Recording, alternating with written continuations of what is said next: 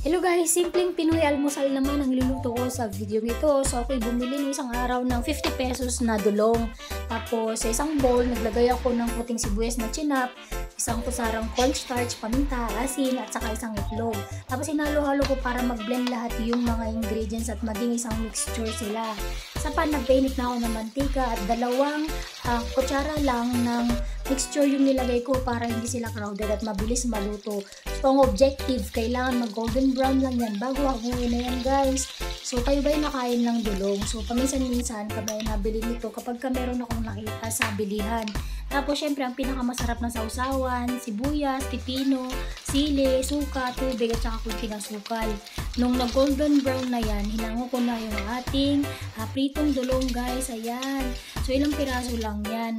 Tapos, sa parallel na kawali ako yung nagprito naman ng dilis at tuyo. So, sinama ko dyan sa aming simpleng almusal na isang araw. Kain tayo, guys.